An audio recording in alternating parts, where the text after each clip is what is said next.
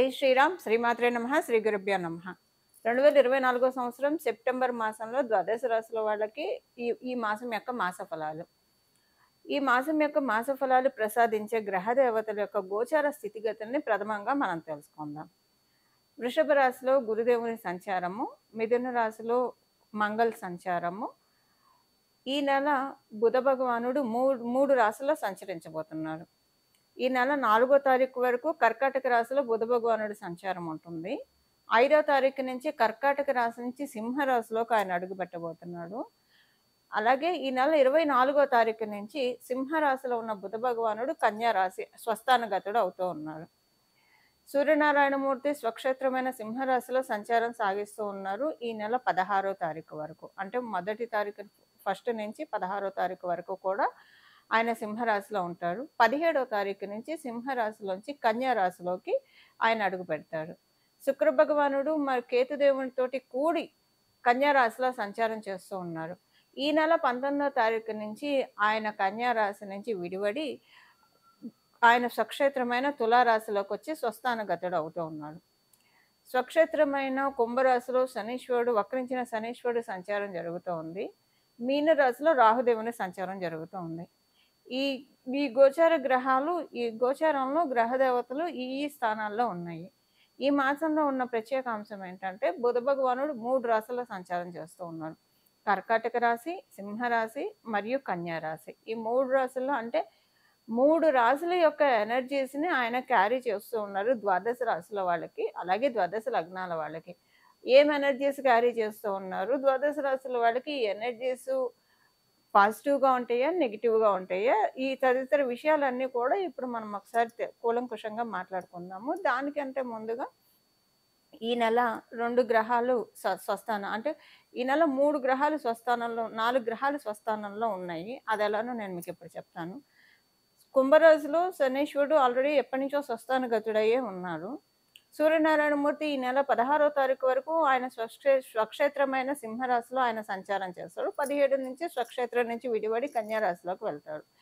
ఈ నెల 24వ తారీఖు నుంచి బుధ భగవానుడు కూడా స్వస్థానగతుడు అవుతున్నాడు. అంటే ఆయన రాశి అయిన కన్యా రాశిలో ఆయన సంచారం చేస్తూ ఉన్నారు. ఈ నెల 19వ తారీఖు నుంచి శుక్ర భగవానుడు కేతు భగవానుడు తోటి కూడి సంచారం చేస్తున్న శుక్ర భగవానుడు ఆ కలయికకు బ్రేక్ చెప్పేసేసి తులారాశిలోకి ఆయన ఎంటర్ అవుతున్నాడు 18వ తారీఖు నుంచి. అంటే ఆయన కూడా స్వస్థానగతుడు అవుతూ ఉన్నారు.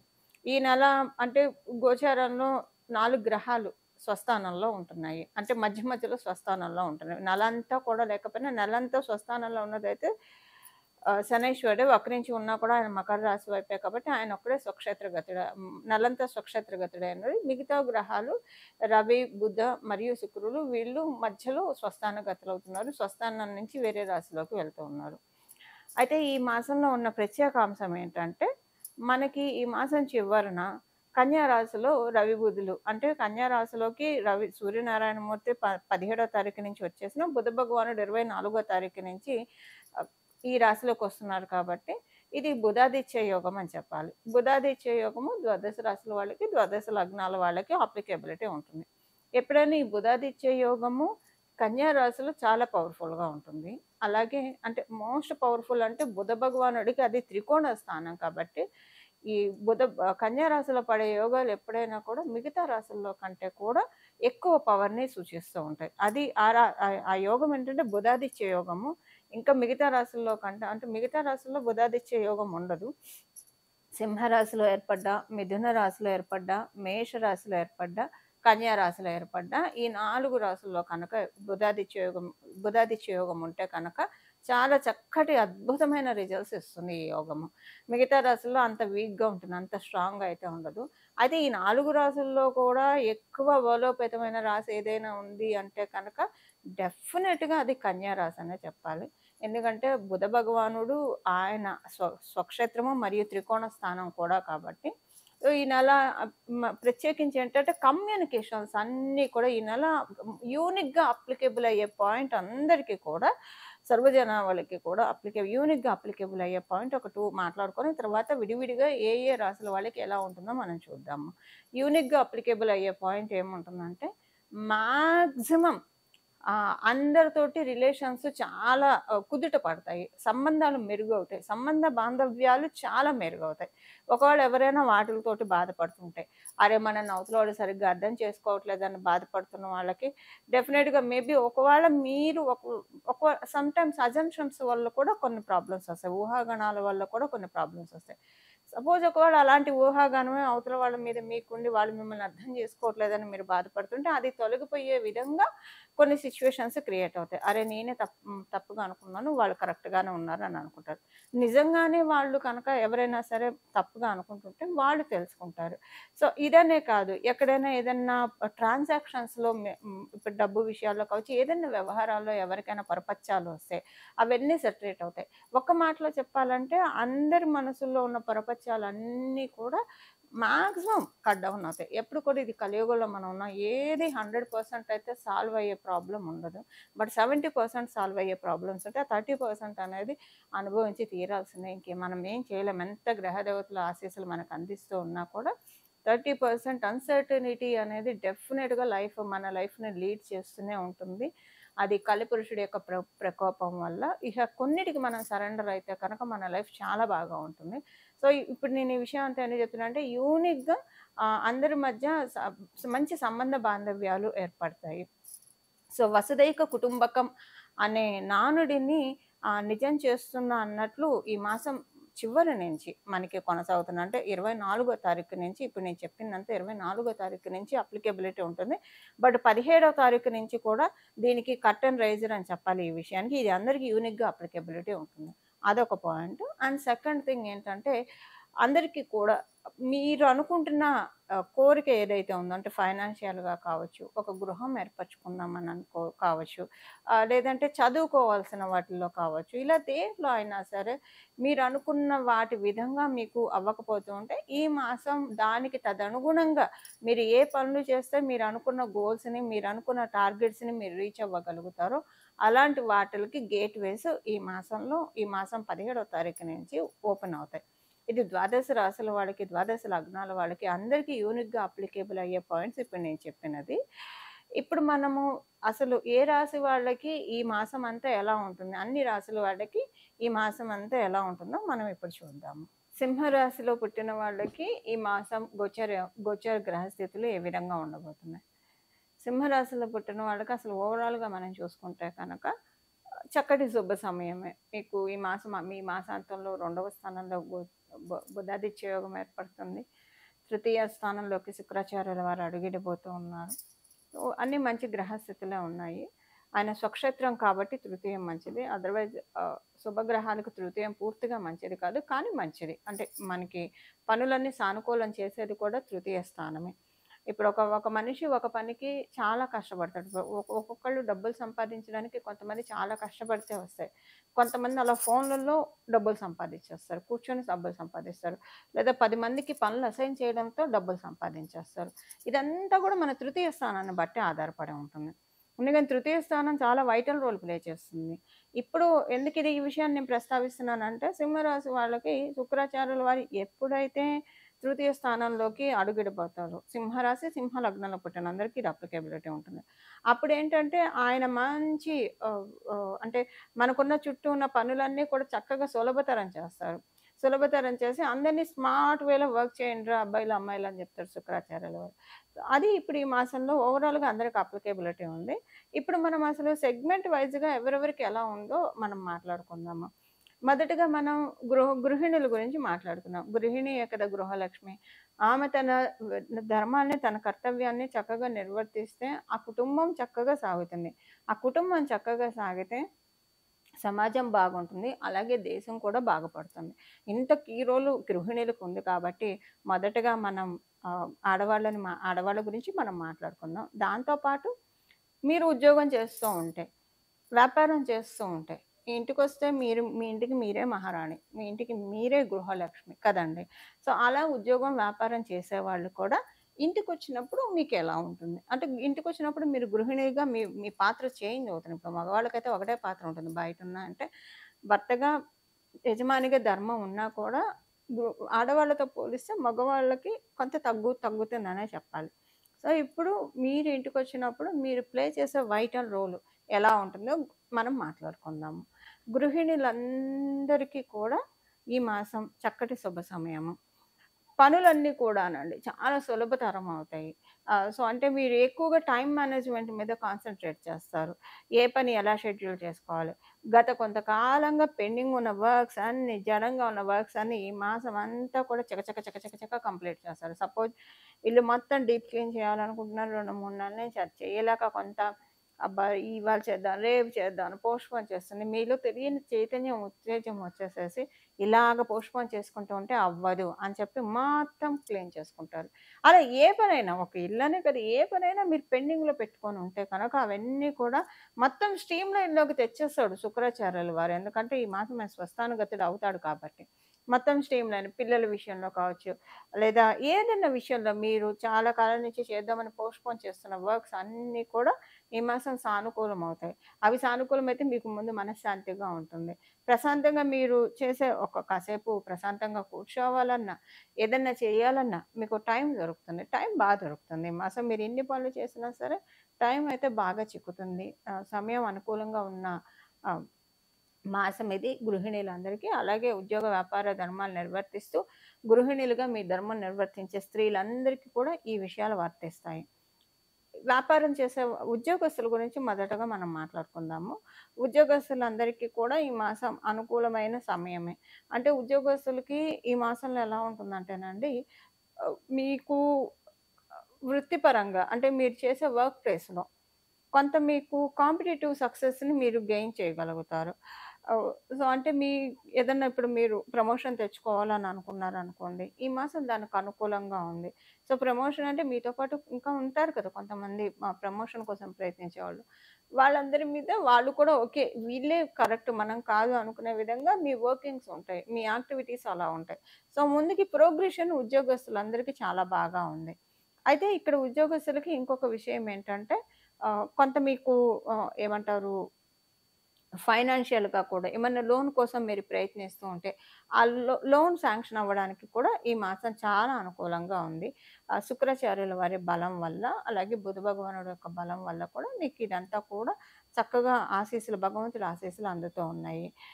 అలాగే మీకు ఈ మాసము మీ రాశ్యాధిపతి జనరల్‌గా అందరికీ అప్లికేబుల్ అయ్యే విషయం సింహరాశి, సింహలగ్నంలో పుట్టిన వాళ్ళందరికీ ఈ విషయం వర్తిస్తుంది.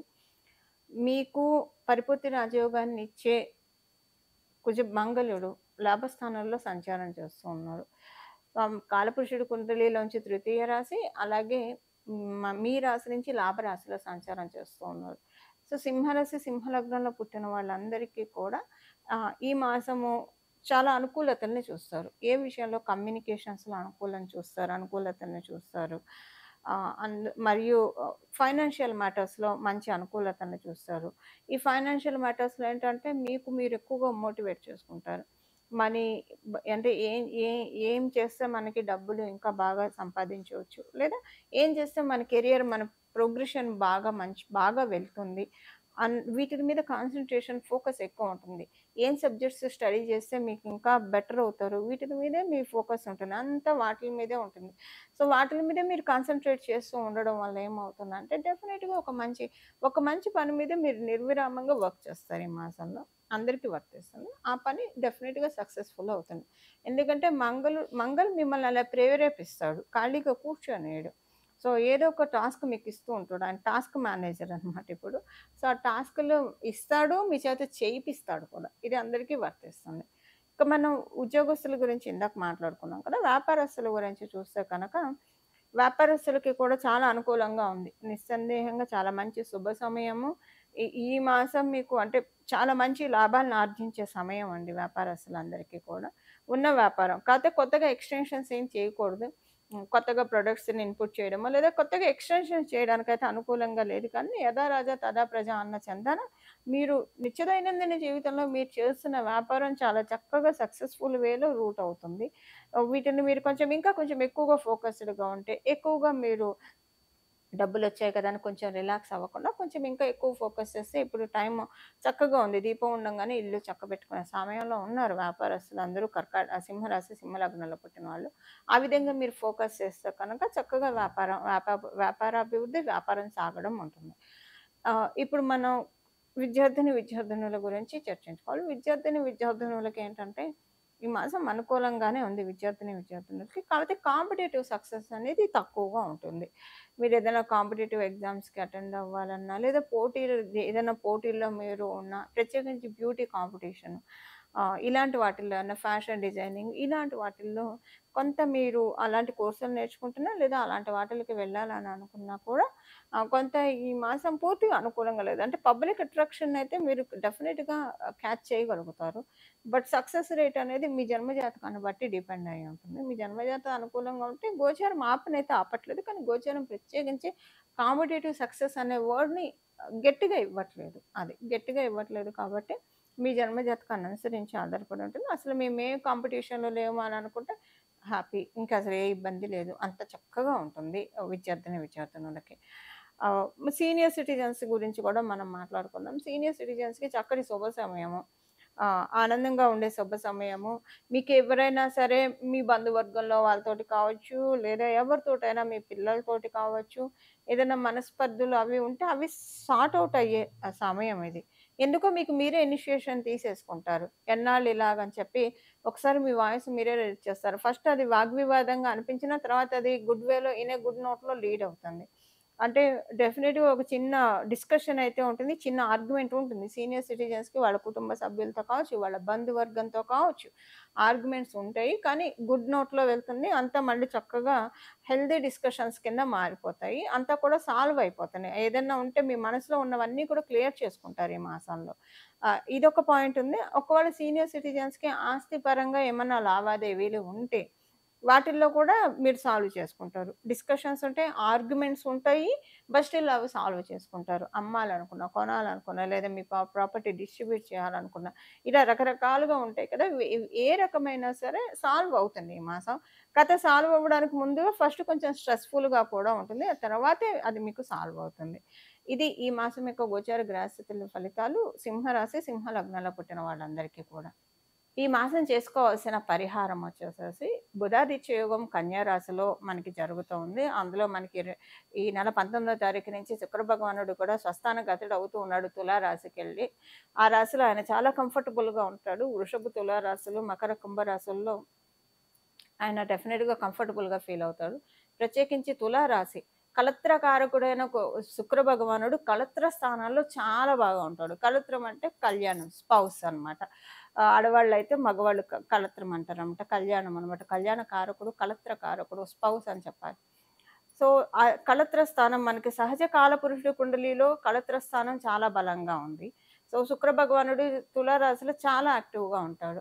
అయితే ఇప్పుడు మనం బుధాదిత్య యోగము, అలాగే సప్తమ స్థానంలో శుక్రాచార్యుల వారి సంచారము. ఇది ఒక రకంగా మనం తెలుసుకోవాలంటే పంచమహాపురుష యోగాల్లో ఒకటైన మాలవ్య మహాపురుష యోగానికి కూడా ఇది కర్టెన్ రైజర్ అవుతుంది. అయితే ఏ ఏ ఏ ఏ విషయాల్లో మనం కనుక ఏ పరిహారం చేసుకుంటే అంటే మనం ఏ ప్రక్రియ చేస్తే ఈ యోగాలు మన జన్మ జాతకంలో ఉన్నా లేకపోయినా మనం తాత్కాలికంగా గోచరంలో వచ్చే యోగాల్ని మనం ఒడిసి పట్టుకోవచ్చు. మనం ఇప్పుడు ఒకసారి చూద్దాము. శుక్ర భగవానుడు మరియు రవి బుధులు ఈ 3 గ్రహాన్ని మనం ఈ మాసం పట్టుకోవాలి. ఈ మాసం మనం ఆరాధించాలి. అంటే గ్రహ దేవతల్ని ఆరాధించడం ఒక ఎత్తు. మీరంటే నవగ్రహ ప్రదక్షిణాలు చేసినా పర్వాలేదు. లేకపోతే గ్రహాది దేవతల్ని ఆరాధిస్తే కనుక ఇంకా చక్కటి ఫలితాలుంటాయి. బుధాదిత్య యోగం కాబట్టి చక్కగా ఎవరికైనా బుధాదిత్య యోగం మీ జన్మ కుండలిలో ఉన్నా కూడా మీరు రోజు విష్ణు సహస్రనామం వినడం కనుక చదవడం వస్తే చాలా మంచిది. కొంతమంది చదవడానికి భయపడతారు. భయపడేవాళ్ళు వినడం. ఒకవేళ చదివే తీరిక లేకపోయినా సరే మీరు ఏ పని చేస్తూ ఉన్నా జస్ట్ అలా చక్కగా విష్ణు సహస్రనామం ప్లే చేస్తూ మీ పనులు మీరు చేసుకోవచ్చు. ఇలా మనకి టైంని చాలా వైజ్‌గా యూజ్ చేసుకున్న వాళ్ళం కూడా మనం అవుతాము. సో, అలా గనక మీరు విష్ణు సహస్రనామం చదవడానికి కానీ, లేదా వినడానికి కానీ ప్రయత్నిస్తే చాలా మంచిది. జనరల్‌గా కూడా బుధాదిత్య యోగం ఉన్న వాళ్ళకి అల్టిమేట్ రెమెడీ ఆహ్, డెఫినిట్‌గా విష్ణు సహస్రనామం చదవడం లేదా వినడము. ఇక భగవంతుడు సిగ్నేచర్ చేసిన ఆ భగవంతుడు ఆటోగ్రాఫ్ పెట్టబడినది అవుతుంది వాళ్ళ జన్మ జాతకం. ఇప్పుడు మనం ఎగ్జామ్స్ రాస్తే మన చిన్నప్పుడు మనందరం ఎగ్జామ్స్ రాసిన వాళ్ళు ఇప్పుడు మన పిల్లలు ఎగ్జామ్స్ రాస్తూ ఉంటారు. రాసినప్పుడు ఏముంటుంది, కొంతమంది పిల్లలు బాగా ఎగ్జామ్ రాస్తే టీచర్స్ ఇంప్రెస్ అయితే, లెక్చరర్స్ ఇంప్రెస్ అయితే గుడ్ అని పెడతారు, వెరీ గుడ్ అని చెప్పి పెడతారు, స్టార్స్ ఇస్తారు. ఆ పిల్లలకి ఆ టైంలో అది చాలా వరంగా అనిపిస్తుంది అలా టీచర్ అప్రిషియేట్ చేస్తే. అలా మన జన్మ జాతకాన్ని విష్ణుమూర్తి ఆటోగ్రాఫ్ ఇచ్చే రెమెడీ ఆటోగ్రాఫ్ ఇచ్చే క్రియ ఏదైనా ఉందా అంటే డెఫినెట్గా అన్డౌటెడ్లీ విష్ణు సహస్రనామం మాత్రమే మనం భగవంతుడి యొక్క ఆటోగ్రాఫ్ తీసుకోవడానికి మనల్ని అర్హుల్ని చేస్తుంది. అందున ప్రత్యేకించి ఇలాంటి యోగాలు ఉన్నప్పుడు ఇంకా భగవత్ శక్తి అత్యద్భుతంగా ఉంటుంది. అంటే ఇప్పుడు భగవంతుడు మనకి ఎప్పుడు వరాలను అందించడానికి రెడీగానే ఉంటారు. కానీ గోచారంలో గ్రహ దేవతలు కావచ్చు, మన జన్మ కుండలిలో ఉన్న గ్రహ దేవతలు కావచ్చు, వాటికి సపోర్ట్ చేయాలి. వీళ్ళు పూర్వజన్మలో ఈ కర్మ చేశారు, నువ్వెలా పూర్తిగా వరాన్ని ఇస్తావు, మా పనిని మమ్మల్ని చేసుకొని, లేదా ఈ జన్మలో ఇవి చేశారు, సో వాటికి మేము ఇవ్వాలి, ఫలితాలు ఇవ్వాలి అని ఏం చేస్తాయంటే భగవంతుడు కృప ఉండడం వల్ల ఏమవుతుందంటే కొంతలో మనకి తగ్గిపోతుంది. అంటే ఎక్కడో పెద్ద రాయి వచ్చి తగలాల్సిన చోట చిన్న రాయితే వెళ్ళిపోతున్నాయి భగవంతుని పట్టుకుంటా కనుక. ఇలాంటి ప్రత్యేకించి ఇప్పుడు గ్రహ దేవతలు కూడా వరం ఇస్తున్న సమయంలో కనుక మనం ఇలాంటి ప్రక్రియలు చేసుకుంటే కనుక అత్యద్భుతంగా యోగిస్తుందని చెప్పడంలో ఏ మాత్రం సందేహం లేదు. బుధాదిత్య యోగం డెఫినెట్‌గా చాలా బాగా వర్కౌట్ అవుతుంది. అన్ని రాసుల వాడికి కూడా విష్ణు సహస్రనామం వినడం వల్ల, లేదా చదివితే ఇంకా మంచిదండి. చదవడం లేదా వినడం ఏదో ఒకటి మన ఈ కలియుగంలో భగవంతుడి పైన మనసు లగ్నం చేయడం అనేది మనం ప్రారంభిస్తే కనుక ఇహ మన లైఫ్‌లో అంతా కూడా చుట్టూ ఉన్న పరిస్థితులన్నీ సానుకూలం అవ్వడం వన్ బై వన్ అనేది మనం చూస్తాం. అంటే మనం చేసే పనులన్నీ కూడా సులభతరం చేస్తాడు భగవంతుడు పెరుమాళ్ళు. ఇది ఒకటి. రెండవ పరిహారం ఏంటంటే శ్రీ మహాలక్ష్మి అమ్మవారి ఆరాధన. కనకదార స్తోత్రాన్ని చదువుతారా, లేదా లక్ష్మీ అమ్మవారి అష్టోత్తరం చదువుతారా, మహాలక్ష్మి అమ్మవారి స్తుతి చదువుతారా, ఏదైనా పర్వాలేదు. లక్ష్మీ అమ్మవారికి సంబంధించినవి ఏదైనా నామాల్ని చదవడానికి ప్రయత్నించండి, లేదా కనీసం ఇందాక చెప్పినట్లు వినడానికైనా ప్రయత్నించండి. ఏదైనా కూడా మనకి చక్కటి ఫలితాన్ని ఇస్తుంది. బుధాదిత్య యోగం ఇప్పుడు చాలా పవర్ఫుల్గా ఉంది. ఇప్పుడు ఉన్న బుధాదిత్య యోగం ఇంకా పవర్ఫుల్గా ఉంది. దీని గురించి నేను ఇంకొక సపరేట్ వీడియో కూడా చేస్తాను. అందులో కూడా మీకు చక్కగా మొత్తం వివరాలు నేను చెప్పడానికి ప్రయత్నం చేస్తాను. ప్రస్తుతానికైతే ఈ మాసము విష్ణు సహస్రనామం చదవడము, అలాగే మరి అయ్యవారిని పూజించినప్పుడు అయ్యవారి వక్షస్థలంలో ఉన్న అమ్మవారిని కూడా మనం పూజించాలి కదా. అలా శ్రీ మహాలక్ష్మి అమ్మవారి సహస్రనామం చదవడం కానీ, వినడం కానీ, లేకపోతే మహాలక్ష్మి అమ్మవారికి సంబంధించిన ఏదైనా స్తుతి చేయడం వల్ల మనకి చాలా చక్కటి శుభ ఫలితాలు వస్తాయి. ఈ విధంగా మనం అందరం కూడా భగవంతుడిచ్చిన ఈ కాలాన్ని చక్కగా సద్వినియోగం చేసుకుంటూ నిత్య జీవితంలో మన కర్తవ్యాల్ని, మన బాధ్యతల్ని మనం నిర్వర్తిస్తూ భగవంతుడి యొక్క పాదాన్ని మనం పట్టుకుందాము. మనందరం కూడా జీవన్ముక్తులం అవ్వడానికి ప్రయత్నిద్దాం. మంగళం. నమో భగవతే వాసుదేవాయ.